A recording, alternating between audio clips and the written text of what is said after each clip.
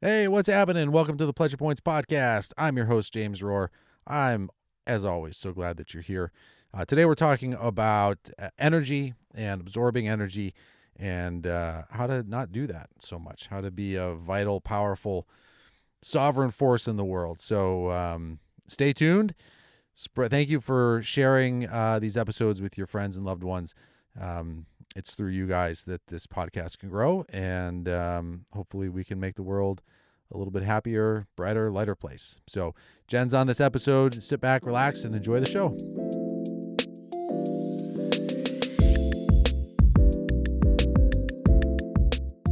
All right. So Jenn and I have had a lot of talks in the last couple weeks as we're launching our oils and energy course and the energy body course. And it's honestly, look, it's bringing up a lot of stuff for both of us because in a lot of ways, this course is like the thing that I've resisted doing for the last like 25 years.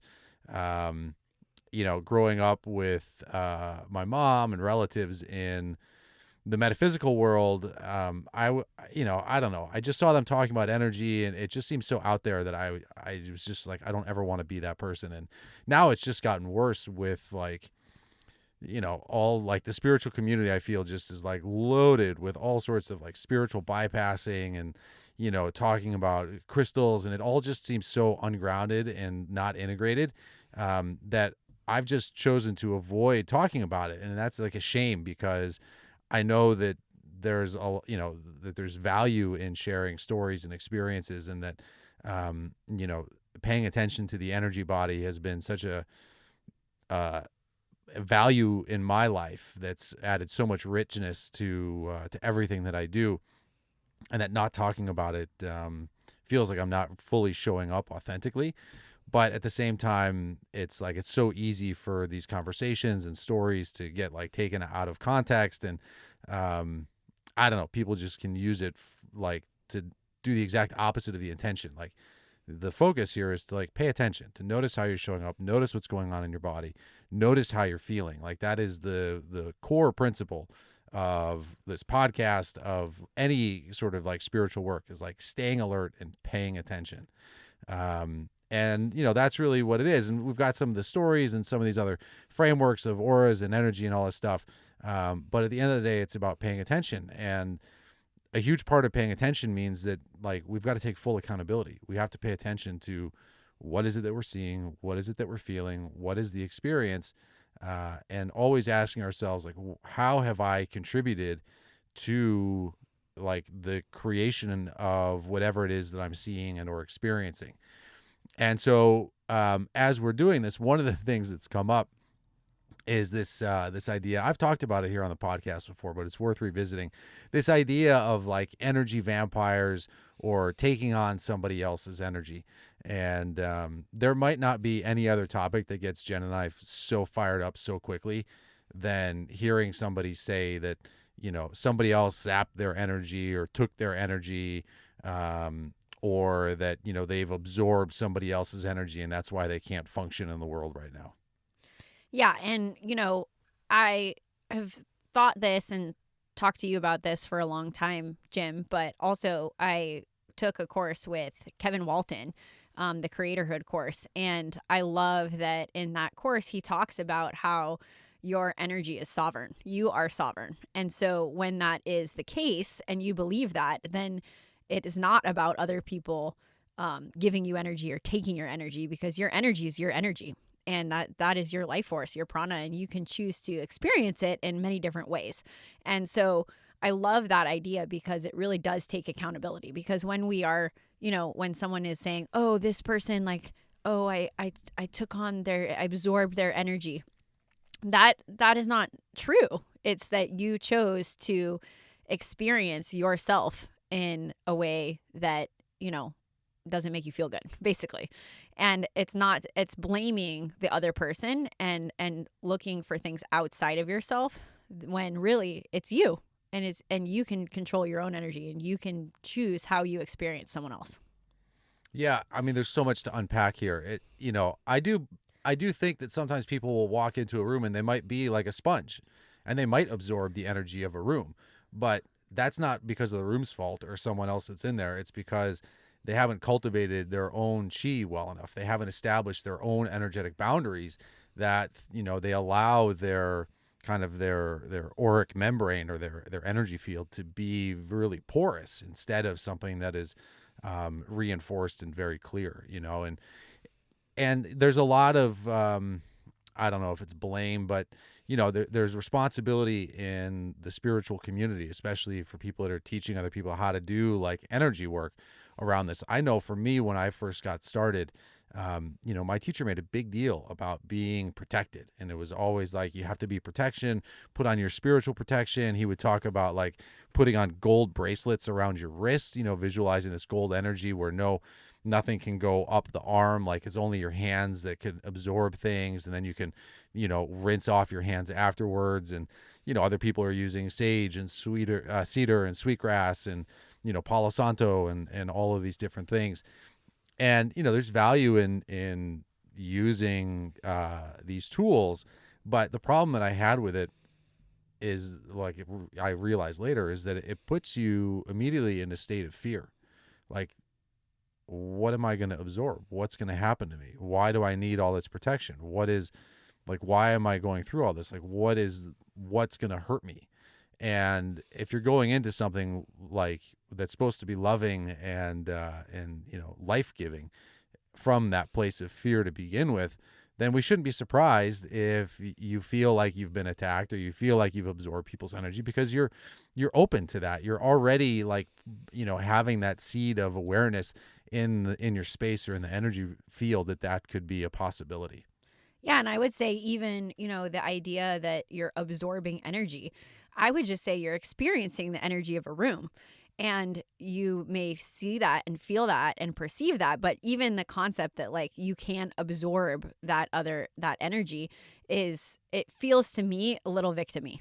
Just even that languaging. Whereas I would say, I walked into a room and I felt all of these things and I perceived all of these things. And then you choose then to experience that, how you're going to feel that. But that doesn't necessarily mean that you're absorbing that energy and like taking it on.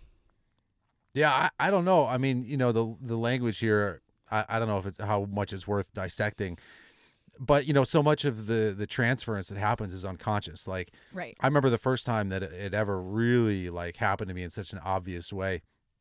I don't know if I've ever told you this story before. I think I did, but when I was in acupuncture school, it was the first opportunity that I had to become like the primary practitioner. We were at an offsite clinic, so we get to, like, a semester early, you get to be considered the quote unquote lead practitioner, and it was the first time that I was in that position. So of course, like, I wanted my patients to feel good. I wanted also to like validate that all of the time and energy that I'd spent the last 2.5 years and tens of thousands of dollars getting this education was worth it.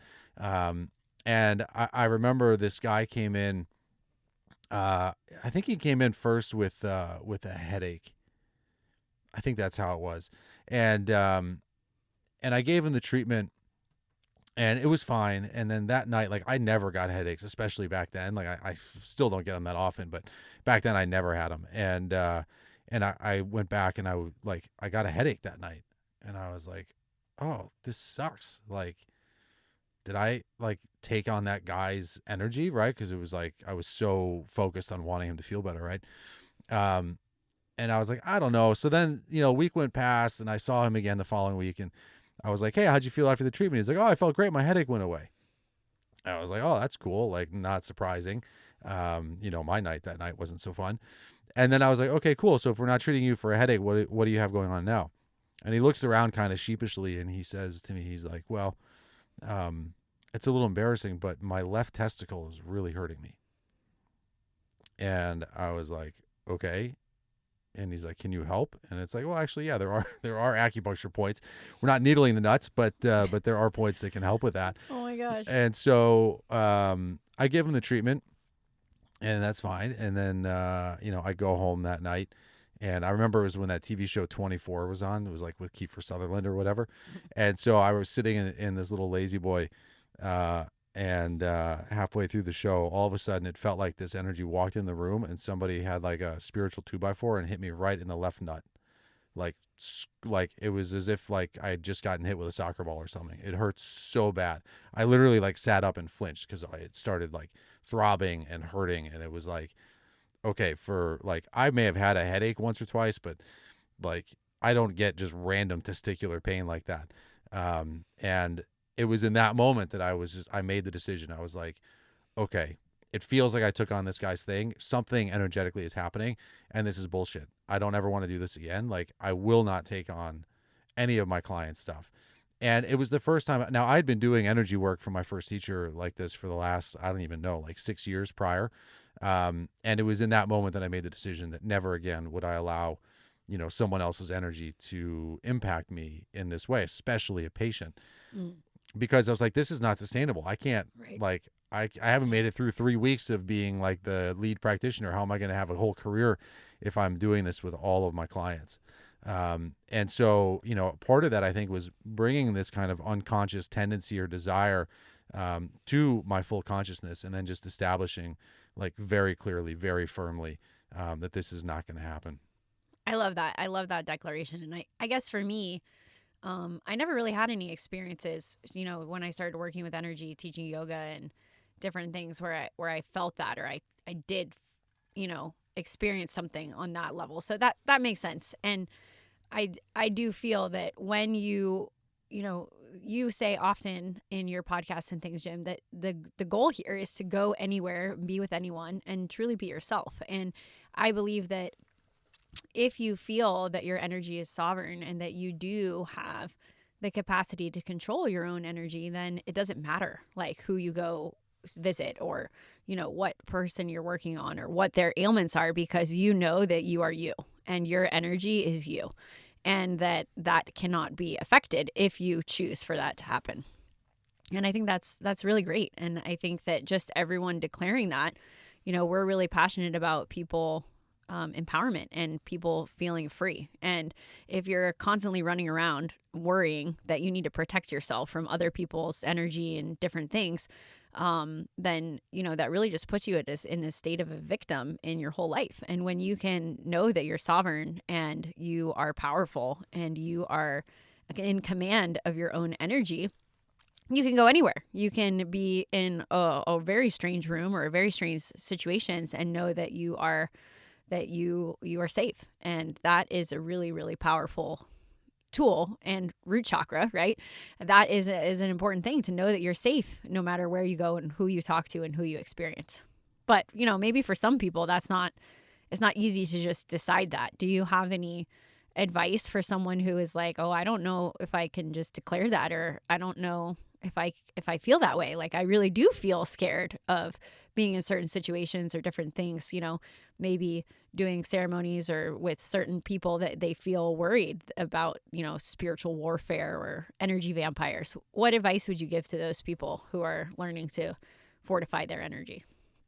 Well, I don't know. I'd have to think about that one. Like, what's coming to mind is like to celebrate, like going back to my story with the guy, the patient I was treating, like the core principle of that, like the thing that underneath that is that, like, I wanted him to feel good.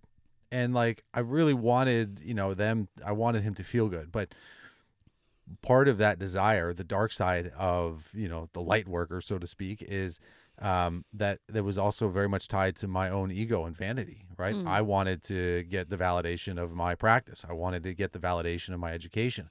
I wanted to be seen as competent, eventually, like, that same ego drive is like, I want my practice to be successful. I want people to talk good things about me. I want them to Mm. spread the word. And a lot of times with the quote unquote empaths that I see is like, they want to be accepted. They want other people to feel good. They want to be able to, soothe things over. They want to be relevant. Or, the flip side is that, unconsciously they just aren't really ready to feel good. And Mm. so they're caught up in a whirlwind of other people's energy. And so, coming back to your question about like being safe, safety is an illusion. Like, it's all an illusion, and it's just another story that we tell ourselves. Like, if you want it to be unsafe, if you want to feel unsafe driving a car, like, there's enough data that talks about car accidents that you can be totally justified in doing that. Look at all this bullshit over the last 2 years with COVID, right? And masks and stuff. Like, If you want to feel unsafe, you can feel unsafe. If you want to feel safe and secure in yourself, you can choose to feel that way too. And like, it's just all a story that we tell ourselves. And so I made the decision that I was going to feel safe no matter what someone came in with, because that's just how I needed to be to operate. Um, Now, obviously, like, some people are in dangerous situations. So when you're talking about safety, that's like a whole other topic. That's like a loaded. I mean, more like energetic safety. Well, what do you have to say about it? Well, just like I think, in the sense like of if you are a Reiki practitioner or a yoga teacher or someone and you're worried about taking on other people's energy, or you're going to coffee with someone and you are afraid they're going to be an energy vampire, how shifting that perspective of trusting yourself and really believing like, okay, I can have coffee with this person, I can give a yoga class, or I can do a session, a Reiki session, and not feel like I'm going to take on all of their energy, or I'm not going to leave this coffee feeling totally drained because this person is a quote unquote energy vampire. Yeah. Okay, great. I got it now. So it's like, it's making the choice. Right. I think it all starts with the choice to just be like, no, I'm not going to surrender my energy, um, to this person or to this environment. And like, that also gets to this other idea, which is like, sometimes even that belief is coming from a place of scarcity. If you're believing that there's like a lack of energy in the world, or that you're only running on a finite amount of energy, then you're going to be like extra protective of it. And then that's also going to create issues where, of course, you're going to be afraid. If you only think that, you've only got 2 pennies left, and someone's definitely coming for one, if not both of those, then of course you're going to like hoard them to protect them and all that. But what if you had the belief that like you are an unlimited energy source, that energy flows to you freely and easily, that you can recover quickly, and that you never feel depleted, right? What if that's the story that you're telling yourself? So much of all of our life is just like, what are the stories that we tell ourselves? And like, if you tell yourself a story that this person is toxic, then like, should we be surprised that you find the toxic, that like you find things to be toxic in that person? Like, that person's not toxic. That's a story that you have. That person is that person, and that's it. That's just who they are. That person is who they are. They do what they do. And then we choose the level of interaction that we want to have with them. But all of like, so much of this stuff, for me, that helped me to process it, comes from like, we have to take the time to understand our own body. We have to take the time to like understand our own energy and our own energetic tendencies. And like, part of that is being brutally honest with ourselves. Sure. And so like, what are you getting from being an empath? What are you getting from feeling afraid of other people's energy? What are you getting from being, perceiving yourself as a victim of an energy vampire? How is that serving you? How does it serve you to overextend yourself? How does it serve you to be running on empty? Do you get to punish the people around you? Do you get to like have a reason to stay in, to be like, oh, I just gave so much, I can't give any more? Do you get attention because you're always so tired? I mean, this sounds like, don't take my tone, I'm hopped up today, but like, I say all of this with a ton of compassion and love, Sure. and wanting people to like, let's break some of these cycles. And we have to be brutally honest with ourselves about the other side of illness, which is like, how is this serving me? And I know that some people might not like that. I didn't like hearing that when I was really sick. But if we just pretend that that's not happening, that there aren't side effects that may be serving us in ways that we're uncomfortable with, then how do we transform that? Yeah, I think that's very valid. And ultimately, you know, as we're going through this, one of my goals and missions is that we can actually transform the way people navigate the world. And I think it would be amazing if in the spiritual community, everyone was operating from this sovereign energy place. And how cool would it be to go to an event and not hear people talking from this scarcity mindset or from this victim mindset? It's like that's the tribe that I want to hang out with. That's the community that I hope to create with this course that we're doing, and through this podcast, and just through interactions and friendships that we have. And we can only do that if each of us stops talking the way that is commonplace in the energy world. Yeah. I mean, it's this idea of sovereignty. I love that word. Even this push for like, medical freedom and all of that. It's just like, can we make our own decisions? Can you make your own decisions and feel good about it and feel confident regardless of what people are doing or not doing around you? It's like, or are we going to always see ourselves at the mercy of everything that's going on around us? In which case, how do you ever feel good unless Right. everyone is behaving exactly the way you want them to behave? And that's not sustainable. Right. And so, you know, I don't know. Like, I've definitely had experiences where I have felt and, energetically have seen people like coming for my energy. And like, I think I told the story here early in another episode of being on a train, and there weren't many people on the train, and I felt all of us, I'm just sitting there minding my own business, and I felt this energy kind of over to my left, I felt this thing like approach my energy field and then attach onto my energy field like a leech, and it started like trying to suck energy away from me. And this is Brooklyn, right? And so I was like, well, what the hell? And I was like, I felt it, I was aware of it, and I was like, this is silly. Like, there might not even be anybody over there. Like, I was just trying to mind my own business. But then energetically, like, I filled myself with light. I took a breath, and I felt like I just sort of created this like shockwave through my body, through my energy field, like kind of in the Matrix when there are those things that are like on the machine, trying to get in, and they send that like volt of electricity, and they just fall away. Mm-hmm. That's what I did in my energy. I was just like sort of zapped it, and then I saw this thing like recoil and go back, and then I looked up after I did it, and sure enough, there was a woman there. I don't know. She looked like maybe Dominican or Haitian, this older woman, and um, she she made eye contact with me, and then she gave me this like wry kind of smile. That again, I might just be totally full of shit. I don't know, but she gave me this like, when someone gives you like a knowing look, Totally. and it was like a, oh, that's well played, well played. Was what it seemed like. It was sort of like game recognized game. And I was like, this isn't like, what the hell? Like, this is crazy. And like, I moved on. It was fine, whatever.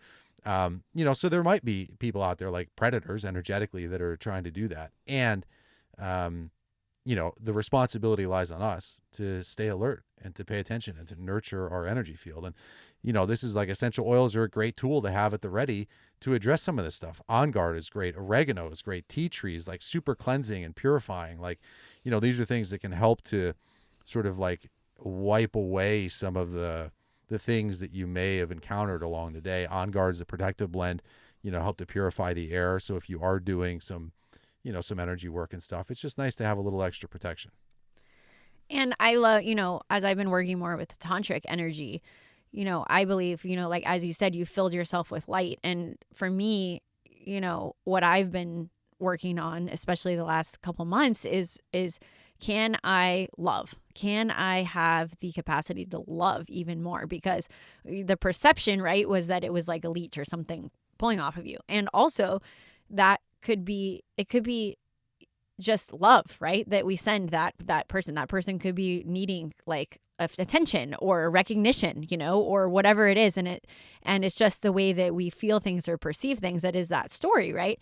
And when we come at things from this perspective of love, which ultimately is what, I think we're doing here and what we're talking about, is that we have a great capacity to love, and we have infinite energy of love. There's no ending to the amount of love that we can give and we can receive. And so I think when it comes to talking about this, fortifying your energy and being an energy, dealing with energy vampires and these things, as you just said, when we fill ourselves with love, can we expand that love and send it out to the world and be able to know that we can be in that fortified space of love whenever we choose to be. And that's really it, right? Because if you are sitting at coffee with someone who is having a hard time, and probably you're experiencing them as an energy vampire, they need something from you or they're drawing from you, it's really because they're asking for love. It's a cry for attention and love and recognition and feeling seen and felt and heard. And when we can, instead of feeling like that person is sucking from us, look at that person and know that you are a well of love, and you can just give that to that person. And that doesn't mean that it's always love and light, right? I mean, we get angry. There's darkness, there's shadows for sure. And, and we get to love that too. And that's been my practice lately is, coming from that tantric perspective of everything is love. And it sounds a little cliche to go back to that. And also, I think that that's the ticket, right? Because when we are in a space of love, we are sovereign, we are free, we are endless energy. Yeah, and if you're rolling your eyes at that, as I certainly have done in the past, it's like, what is the resistance that's coming up from that belief? Like, because you believe that you have, that there's like justice that should be done, or you believe that someone's violating your rights and you have to stand up for your rights. You believe that, this person should know better. They should be behaving the way that you want them to behave. It's just all of these different stories that we have inside of ourselves that can take over and hijack, our presence, rather than just being able to say, yeah, I'm an unlimited, constantly refilling vehicle and vessel for love. I love that, and it's like on the good days we're able to remind ourselves of that, right? And to come back to that. So, what I would say is if you are someone who's dealt with, who identifies as being an empath, if you're still listening to this episode, if you identify as an empath, if you are somebody who feels like you take on other people's energy, I would encourage you to write down, what are the consequences of doing that? How do you feel after you have done that? How do you feel after you've, been in a room or had an interaction with someone, or you've worked on someone and you feel totally drained? What exactly are all of the symptoms that you're experiencing? Is it difficulty sleeping? Are you having physical aches and pains? Are you having restlessness? Like, just list out all of what those experiences are for you. And then let's take it to that next level and say, okay, and then what is the impact of those feelings? What happens in your life? What happens to the way that people around you interact with you? What happens to the kind of attention, or what are your expectations of the people around you? To how do you expect them to behave when you're feeling this way? Because then that's going to illuminate some things about, some of the underlying mechanisms that may be at play here, that are reinforcing this kind of, this belief system that you can be taken advantage of energetically, that you can be at the mercy of other people's whims energetically, because maybe, your family has to do things, for you. Maybe you are helpless for a couple of days, and then that might be like, well, how does that help me? How does that serve me? Well, what happens if your family is, having to serve you for a couple of days because you're just totally laid up because you gave away all of your energy? Right? If that's a story you're telling yourself, well, maybe then what happens is you feel all sorts of shame. Maybe you feel shame and guilt and regret around all that. And then you get, the part of you that likes to just be really hard on yourself, now all of a sudden has a whole bunch of other fuel. And the original motivation for this may have been that you just tried to serve and love on somebody. But as we unpack it, you can see that there's just like so many tendrils to this stuff. And so, a lot of it comes, I believe, when we just start shining a light on this stuff. And then to ask yourself, are you open to doing things differently? Are you open to the possibility that things can be different? And then start laying out, write down the course of what it is that you would like to have happen. How do you want your energy sessions to end? How do you want the interaction to go when you're with this friend or family member, when you're having coffee or whatever it is? How do you want to feel throughout the day? And get really, really clear on that. And then let's start affirming that. Let's start believing in that. Let's start being vigilant on that, so that when you do feel vital, when you do feel strong, make sure you celebrate that. And when you feel something other than that, don't feed it so much energy. Come back to focus on what is going well, how you are feeling positive, or the things that you want to be nurturing. Asking yourselves questions that get you to like, how am I feeling great in this moment, even though I'm also feeling tired? What is working well for me here? What can I celebrate about that interaction? What can I celebrate about looking forward to this? And that can break some of that shame, guilt, like, woe is me, pity party cycle. Yes, I am all about breaking that cycle. Amen. All I right. just love it. And we're here for you guys. So if you are experiencing some things that are coming up for you, we would love to hear from you. So please reach out to Jim or myself on Instagram so we can talk more. Yeah, and look, these things are nuanced. So, we'll keep the conversation flowing, and love yourself kind of wherever you're at in that journey, and know that, you have the power. You are sovereign to change, how you experience the world. You have the power. We need to play that song now. All right, we need to end this right now. Thank you guys so much for being here. We'll see you next time.